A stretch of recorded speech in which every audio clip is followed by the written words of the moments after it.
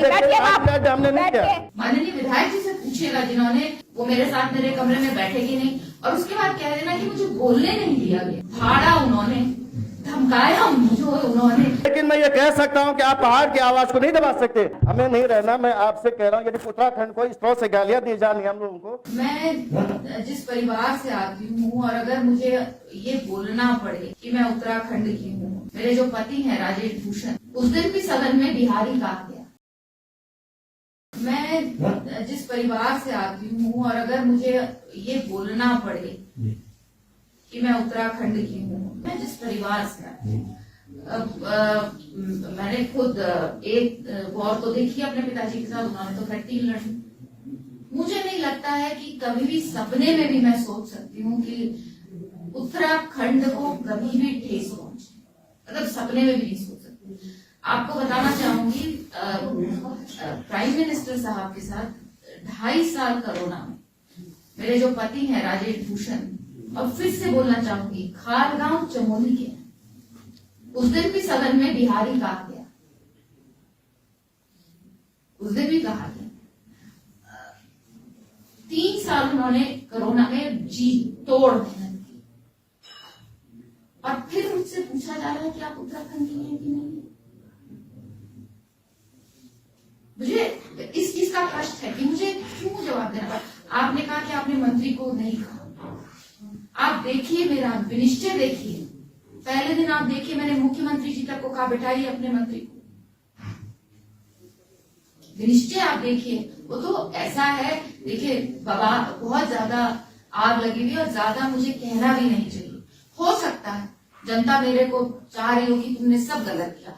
मेरा प्रयास ये था कि मैं वहां पर सदन की गरिमा रखूं, इस दायित्व से कुर्सी पे बैठी हूं।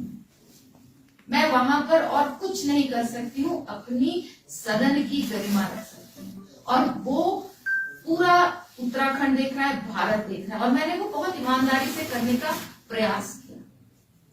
माननीय विधायक जी से भी पूछेगा, माननीय विधायक जी से पूछेगा जिन्होंने उनसे मेरी बातचीत हुई कि नहीं हुई, वो मेरे साथ मेरे कमरे में बैठेगी नहीं और उसके बाद कह देना कि मुझे बोलने नहीं दिया गया, फाड़ा उन्होंने, धमकाया मुझे उन्होंने कि मैं जा रहा हूं बाहर, कागज फाड़े उन्होंने और उसके बाद मैंने कोई पहाड़ प्लेन नहीं किया। भाई मैं तो उस तरह की महिला हूं ही नहीं। मुझे उस वक्त लगा कि गरिमा रखनी चाहिए, सब देख रहे हैं, छोटे बच्चे देख रहे हैं, बड़े बच्चे देख रहे हैं और उन्होंने अपनी बात बहुत अच्छे से कह दी। अगर आप पूरा वो देखेंगे तो मैं सुन के उनको सुन रही थी। वो बैठ गए थे फिर उठे, वो एक बार बैठ चुके थे तो मैंने उनसे कहा बैठे हो, फिर वो खड़े उठे। तो आपको देखना होगा कि क्या मुझे उस सदन की गरिमा रखनी चाहिए थी कि नहीं रखनी चाहिए। क्या वहां मुझे चिंता करनी चाहिए थी कि मेरी उससे मेरी राजनीति पे क्या असर पड़ेगा।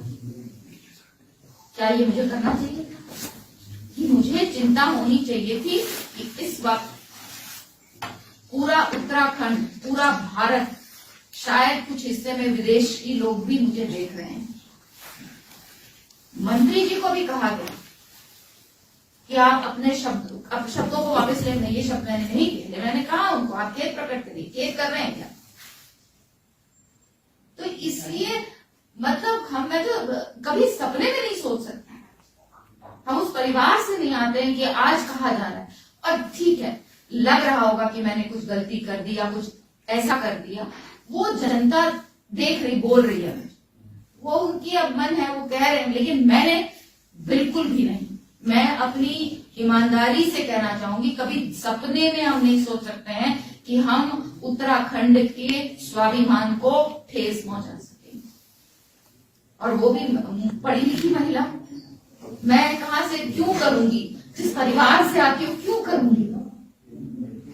उत्तराखंड की चिंता करते हैं, ईमानदारी से काम करते हैं, कोई मतलब ही नहीं बनता है कि हम किसी को भी गलत करने दें या गलत होने दें। माननीय विधायक जी को पूछेगा, क्या मैंने उनको बुलाया नहीं, क्या वो मेरे साथ बैठे नहीं, क्या मैंने उनको समझाया नहीं। मैं बहुत स्ट्रेट फॉरवर्ड नहीं हूं, मैं सीधे करती हूँ। अगर मुझे राजनीति करनी होती तो फिर मैं करती बैठ, लेकिन नहीं की, क्योंकि वो जगह नहीं है। वो जगह है जनता की बातों को रखने का। एक एक मिनट का पैसा लगता है, जब सब कुछ चलता है, फ्री में नहीं चलता है। और किसके पैसे से चलता है? जनता के पैसे से चलता है। कोई हम मशीन नहीं है सरकार के पास की छापे और कर दे। एक एक मिनट कीमती है। मुझे कहा अर्जन कर दो, तो बहुत आसान था अर्जन करना, मैंने नहीं किया। अर्जन करना सबसे आसान, जाओ 15 मिनट के लिए बहुत सारी बात कमरे में बैठ जाओ, लेकिन मैंने नहीं किया। मैंने कहा नहीं, ये हैंडल हो सकता है। ऐसा कोई हमारे विधायक नहीं जो नहीं सुनते, और सुनते हैं। विपक्ष भी सुनते हैं, सत्ता पक्ष भी सुनता है। मैं बिल्कुल नहीं कह रही हूँ, दोनों की तरफ से पूरा सम्मान मिलता है पीठ को। लेकिन उस दिन का माहौल ऐसा बना, जो अपशब्द कहे गए वो सही नहीं थे। अपशब्द पहले दिन से शुरू हो गए, अपशब्द पहले दिन से शुरू हो गए थे सदन में।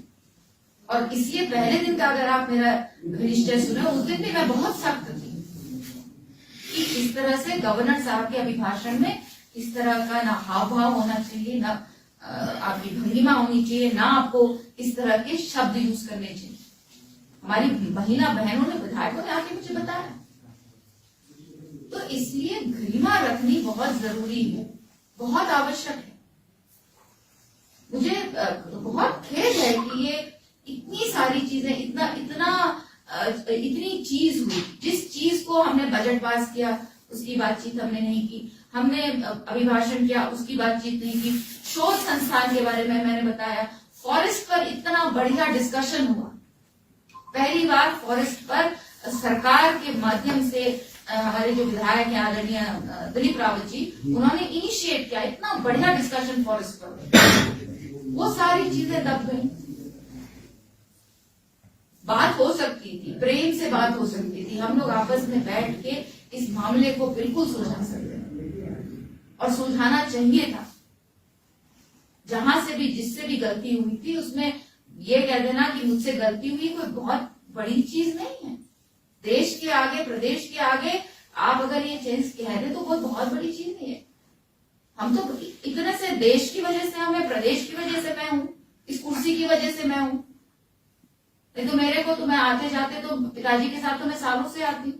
उसके बाद जब मैं पहली बार अपने पिताजी के चुनाव में 2014 में आई, तो मुझे किसी ने पूछा आप कितने भाई बहन?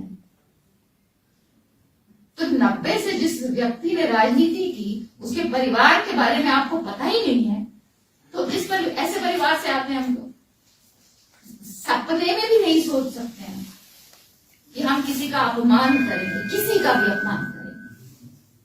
तो इसलिए जो उस दिन हुआ वो बहुत खेदजनक, अच्छा नहीं हुआ, नहीं होना चाहिए। ऐसा है, मैं स्पीकर हूं, मैं जितना कुछ कह सकती हूँ सदन के भीतर कह सकती हूँ, चाहे वो आचरण पर हो, व्यवहार पर हो, अपशब्दों पर हो, सदन की गरिमा हो।